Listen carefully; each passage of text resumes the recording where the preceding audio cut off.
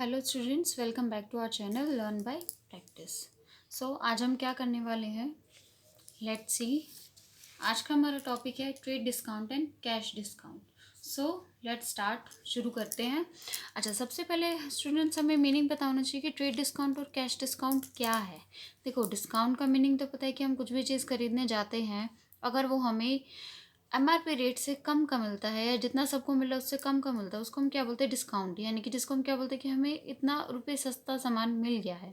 ठीक है, अब बात आती है trade discount and cash discount. Cash discount जो है नेम से विजिबल है, कैश, यानी कि इसके अंदर क्या होता है, कैश डिस्काउंट मिलता है। यानी कि मुझे किसी को 100 रुपीज़ देना है, सामने वाले ने बोला कि आप मुझे 80 रुपीज़ दे दो, तो हम क्या बोलेंगे कि हमें 20 रुपये का डिस्काउंट मिल गया और 80 रुपये जो हमने पे कर दिए। ठीक है, अब देखिए यहाँ पर trade discount and cash discount. Trade discount अब किसको दिया जाता है क्लास? सबसे पहले ट्रेड डिस्काउंट क्या होता है, सबसे पहले जब भी सामान बनता है किसी भी कंपनी या उसके अंदर, तो उसका एक लिस्ट प्राइस होता है।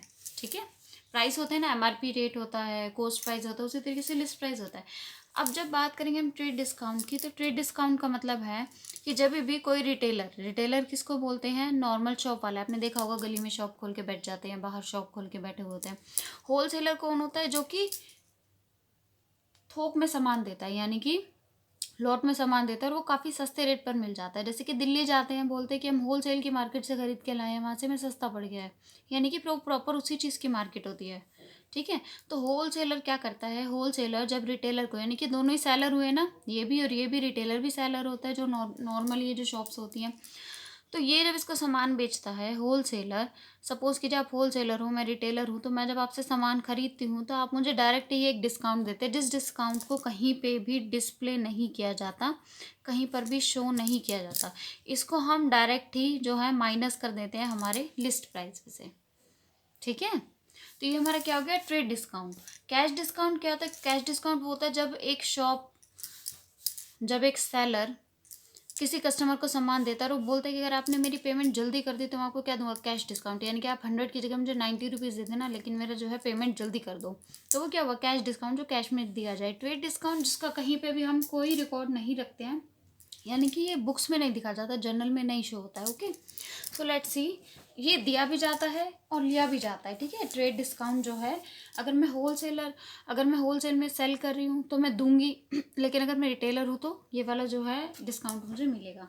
अब एक एंट्री से समझते कि ट्रेड डिस्काउंट क्या हुआ। तो सबसे पहले एग्जांपल देखिए, अ ट्रेडर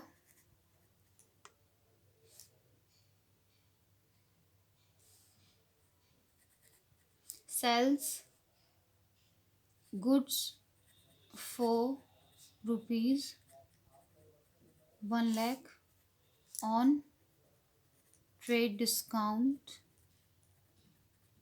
10%। समझ आई लाइन? कि एक जो सेलर है वो सेल करता है अपना गुड्स 1 लाख का, लेकिन ट्रेड डिस्काउंट पे सेल करता है। तो मैंने क्या बताया था कि ये वाला जो डिस्काउंट है ना, इसकी एंट्री कहीं पे भी हम दिखाएंगे नहीं, डायरेक्टली। अब देखिए, सेल हो रहा है यहाँ पर, ठीक है, और ये किस में हो रही है, इन कैश, तो मेरे पास कैश आ भी रहा है। अब मैंने क्या बताया था, सेल की एंट्री हमारी क्या होती है, डायरेक्ट ही, कि cash account debit to sale account, यानी कि एक डेबिट हो गया, एक हो गया क्रेडिट, अमाउंट आ जाएगा यहाँ पर, है ना। सो यहाँ पर क्या होगा, कैश डिस्काउंट एंड सेल के अंदर 1 लाख का 10%। अब देखिए, वो भी मैं आपको यहाँ पे एक्सप्लेन कर देती हूँ। 1 लाख का 10% हो गया है स्टूडेंट्स, 1010 कैंसिल टू बी 10,000।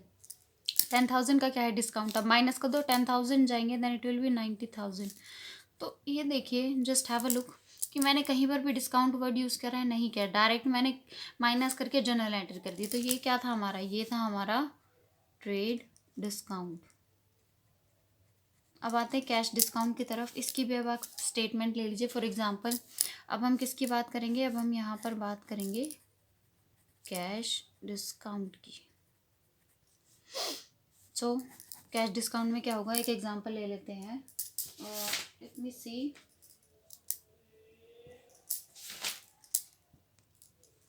देखिए मैंने यहाँ पर लिया है, paid cash to Mahesh with discount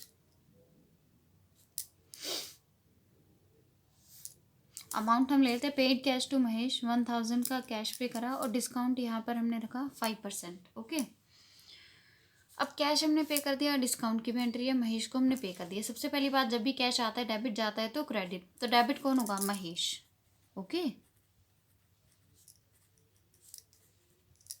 अब देखिए यहाँ पर पेड कैश टू महेश, मैंने महेश को कैश दिया, ठीक है, लेकिन उसमें मुझे डिस्काउंट मिल गया, तो यानी कि मेरा डिस्काउंट क्या हुआ? मुझे तो प्रॉफिट हो गया ना वहाँ पर, है ना। कैश तो मैं पे कर रही हूँ, लेकिन मुझे वहाँ पर क्या हो गया? प्रॉफिट। और जब मुझे बेनिफिट हो जाएगा तो देखो, एक तो मेरा कैश जा रहा है Mahesh account debit to cash account, और कैश के साथ साथ मुझे डिस्काउंट भी मिला, तो मेरा तो प्रॉफिट है, तो मेरी किस में जाएगा? क्रेडिट में। Discount received.